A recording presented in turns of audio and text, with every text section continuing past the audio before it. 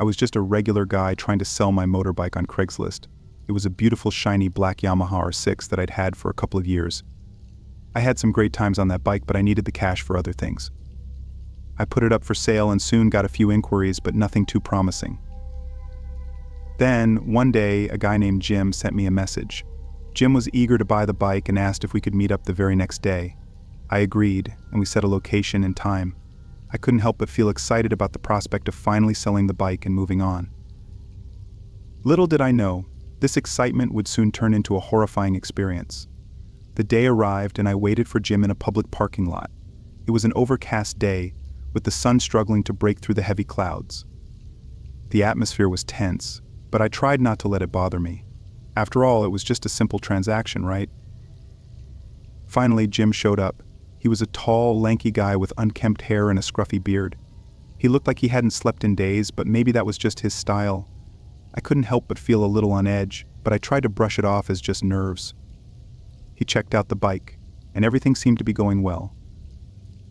After a thorough inspection, Jim asked if he could take the bike for a test ride.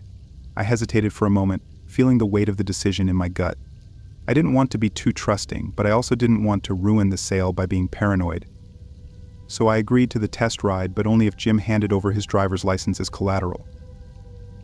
He agreed without hesitation and handed me the license. It looked real enough, and his picture matched the face in front of me. With that, Jim got on the bike and took off, leaving me standing there with his license in hand. I waited and waited, each minute feeling heavier than the last. The sun started to dip behind the clouds, casting long shadows across the parking lot. I paced back and forth, trying to remain calm. But the longer I waited, the more my anxiety grew. My stomach churned, and a cold sweat broke out across my forehead. As the wait stretched on, I realized that something was wrong. It shouldn't have taken this long for a test ride. With a sinking feeling, I looked at the driver's license again, and that's when I noticed it. The small details that just didn't add up. The font was slightly off. The texture of the card felt weird, and the holographic image didn't shimmer like it should. The license was fake. My heart raced and my palms were clammy. I said aloud to myself, I had just let a complete stranger ride off with my precious motorbike, and I had nothing but a useless piece of plastic to show for it. I felt like a complete idiot and knew that I had to act fast if I wanted any chance of getting my bike back. Thankfully, I had installed a GPS tracker on the bike just a few months earlier. It was a small hidden device that I'd almost forgotten about. In a frenzy, I pulled out my phone to access the tracking app. To my relief, the tracker was still functioning, and I could see the bike's location in real time. It was miles away from where we had met, in a sketchy part of town that I would try to avoid. My heart sank even further, but I knew what I had to do. I immediately called the police and explained the situation. They asked for the details of the bike, the buyer, and the location of the tracker. I provided everything, hoping that they would be able to help me. The officer on the phone told me to stay put and wait for their arrival, but I could barely contain my restlessness. As I waited, the minutes felt like hours. Every second that ticked by, I imagined the worst happening to my bike, stripped for parts, damaged beyond repair, or simply disappearing forever. I couldn't stand it any longer. And despite the officer's instructions, I decided to drive towards the location of the tracker. As I drove to the sketchy part of town, my hands gripped the steering wheel so tightly that my knuckles turned white. I navigated the unfamiliar streets, trying to follow the signal from the tracker. My heart pounded in my chest, and every cell in my body screamed at me to turn back. But I couldn't. I had to find my bike. Finally, I arrived at an old, run-down warehouse. The tracker showed that my bike was inside a parked car a few streets away. I walked to the warehouse, my heart pounding in my ears. The area was eerily quiet, and the only sound was the gravel crunching under my feet. The building looked abandoned, with broken windows and graffiti-covered walls. I hesitated for a moment, wondering if I should wait for the police. But the thought of my bike being destroyed or stolen was too much. I had to see it with my own eyes. I took a deep breath, steeled my nerves, and slowly pushed the rusty door open. The warehouse was dark and musty, with only a few slivers of light filtering in through the broken windows. My eyes adjusted to the darkness, and I scanned the room, my heart racing.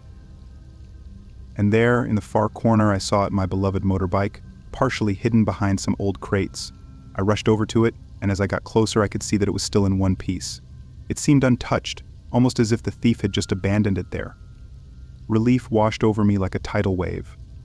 I quickly checked the bike for any signs of damage and finding none, decided to wheel it out of the warehouse and back to my car. As I made my way out of the warehouse, I heard sirens approaching in the distance. The police had finally arrived, and I met them outside, my heart still pounding, but now with a mixture of relief and gratitude. I explained what had happened and how I found the bike. The officers took down my statement and assured me that they would investigate the matter further. They told me I was lucky to have installed the tracker, as it had probably saved my bike from being lost forever. After everything had calmed down, I loaded the bike onto my car and drove back home. I couldn't believe what I had just been through. The experience had been a roller coaster of emotions, from excitement to dread to relief. It was a lesson in trust and a reminder to always be cautious when dealing with random strangers online.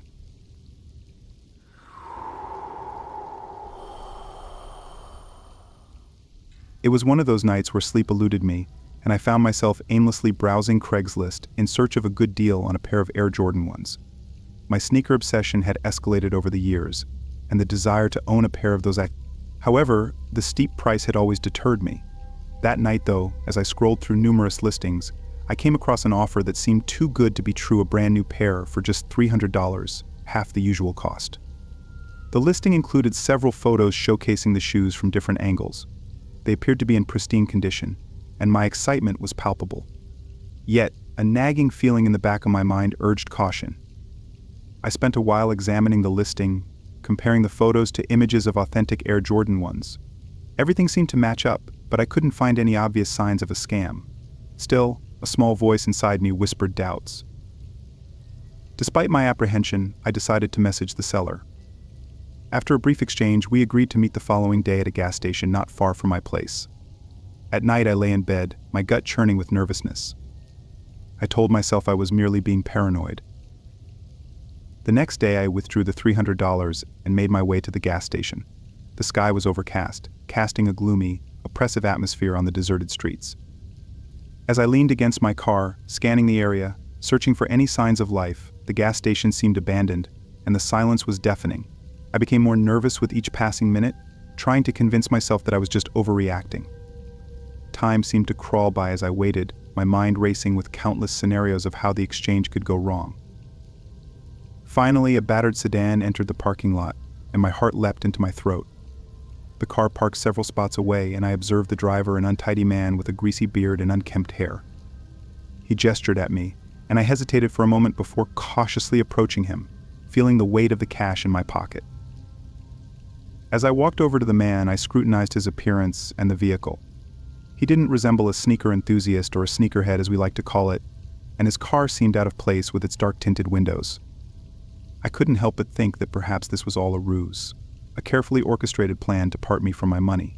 However, I pushed my concerns aside, desperately wanting to believe that the deal was legitimate. I greet the man, trying to appear casual despite the restlessness knowing me, I said, mustering up a friendly demeanor. He responded with a curt nod, his eyes darting around the parking lot. I handed him the money, and he counted it quickly, his fingers trembling slightly. He then informed me that he'd fetched the shoes from the trunk. He ambled to the back of his car, my anticipation mounting, my heart pounding in my chest. I watched as he fumbled with the keys, seemingly struggling to open the trunk. I recalled, feeling a sense of unease creeping over me. My thoughts raced, and a shiver traveled down my spine as I recalled the countless stories I'd heard about sketchy Craigslist deals gone awry. I considered walking away, but the prospect of owning those Air Jordan 1s kept me rooted to the spot. The man finally opened the trunk, revealing a shoebox inside, and relief washed over me. I chided myself for being overly paranoid, but as he reached for the box, his movements became suspiciously hurried. He glanced around nervously before suddenly slamming the trunk shut and sprinting back to the driver's seat. My mind raced, trying to process what was happening before I could react. The car's engine roared to life, and the man darted out of the parking lot, leaving me in a whirlwind of dust and confusion. I recounted, feeling dumbstruck as the harsh reality of the situation dawned on me. I had been swindled out of $300, a mix of rage and humiliation welling up inside me as I cursed myself for being so gullible. I knew I should have trusted my instincts, but it was too late now. As the car disappeared down the road, I was left with nothing but a bruised ego and an empty wallet. As I drove home, replaying the events in my head, the magnitude of my mistake became clear. I should have insisted on more proof, like additional photos or a video call to see the shoes, or even a written agreement. I should have chosen a busier location, like a bustling shopping center or a well-lit parking lot with security cameras. I had ignored so many red flags, blinded by my desire to own those Air Jordan ones. Over the next few days, I was consumed with disappointment and self-reproach, I confessed, recalling the frustration of reporting the incident to the police, knowing that the likelihood of getting my money back was next to none.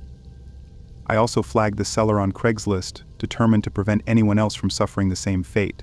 Yet, in spite of my actions, the embarrassment of being duped and scammed continued to haunt me.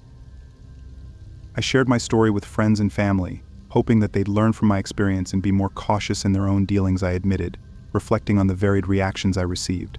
Some offered sympathy, while others couldn't help but chuckle at my misfortune. But I saw it as a new chapter in my life, using the experience as a lesson. Months later, I finally saved up enough money to purchase a pair of Air Jordan 1s from a reputable seller, I concluded, feeling a bittersweet sense of triumph as I held the shoes in my hands. The memory of my ill-fated Craigslist encounter still stung, but I knew that I'd emerge from the experience wiser and more cautious. I promised myself that I'd never let my guard down again, using my hard-learned lesson to help others avoid falling prey to the same trap.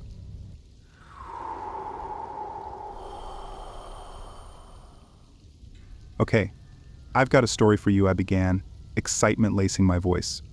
I'll never forget the time I went on Craigslist to find a vintage rocking chair. I've always been into antique furniture, and when I saw this amazing mahogany chair with these insane carvings, I just knew I had to have it. So I messaged the seller, and we agreed to meet up at their place the next day. I was pretty pumped about it, I continued, recalling the eagerness I felt. Anyway, the next day I grabbed the cash and drove to the seller's house. The address led me to this sketchy-looking neighborhood, which was a bit unsettling, but I told myself not to judge a book by its cover. When I arrived, the house was old and looked like it hadn't been taken care of in years. I started having second thoughts, but my desire for that rocking chair pushed me to go on, I explained, a sense of unease creeping in. So I walked up to the front door and knocked. The door slowly creaked open, and there was this shadowy figure just standing there, motioning for me to come in. I hesitated for a sec, but then went inside, trying to convince myself that I was overreacting. I recounted, the memory sending shivers down my spine. The inside of the house was even creepier. It was dark and smelled like mildew, and there were all these old, dusty pieces of furniture and cobwebs everywhere. The seller led me through this labyrinth of rooms, and the further we went, the more I started to freak out. But I just kept telling myself that it was all in my head. I continued, my heart racing with each step. We finally got to this room in the back of the house, and there it was, the rocking chair I'd seen in the ad. It looked just as amazing as it did in the photos, and for a moment, I felt relieved. I went up to inspect the chair, excited to take it home. I handed the seller the cash, and they said they'd help me carry it to my car, I said, recalling the tense atmosphere. As we were heading back to the house, I noticed that a door we passed earlier that had been locked was now slightly open. I could hear these faint, desperate cries coming from inside, and I felt chills running down my spine. I glanced at the seller, who seemed to be getting more and more nervous, and my heart started pounding like crazy, I confessed, the memory still vivid in my mind. I knew I had to get out of there, so I pretended that I got an emergency phone call and told the seller I had to leave right away, but to come back for the chair later. The seller hesitated, then finally agreed. I practically sprinted out of the house, my heart pounding so hard I could hardly breathe, I recalled, the panic still fresh. Once I was safe in my car, I sped off to the nearest police station. I told them everything that had happened, my hands shaking the whole time. The police acted quickly and launched an investigation. It turned out that the seller had kidnapped someone and was holding them captive in that room, I revealed, the shock still evident in my voice. I couldn't believe how close I'd come to a truly terrifying situation. The police were able to save the person being held captive, and the seller was arrested. They had a long criminal record, including theft and assault. I can't even imagine what might have happened if I hadn't trusted my instincts and gotten out of there when I did, I admitted, a shiver running down my spine at the thought. My friends and family were shocked when they heard my story. They couldn't believe something like this could happen to someone they knew. I became a lot more cautious after that, always making sure to trust my gut and put safety first. As for the rocking chair, well, I never went back for it, I concluded, the memory still haunting me. The thought of going back to that house, even with the police involved, was too much for me to handle. Eventually, I found another antique chair from a reliable seller. But the memory of that night still lingers with me. Now, whenever I browse Craigslist or other online marketplaces, that eerie encounter is always at the back of my mind. I still can't help but shudder to think about the children's cries behind that door and the dark, musty house I admitted. The horror of the situation still raw. As for the rocking chair, it has become a symbol of that fateful night. Even now, sometimes in the dead of night, I can't help but wonder what other sinister secrets that house and its twisted occupant might have been hiding.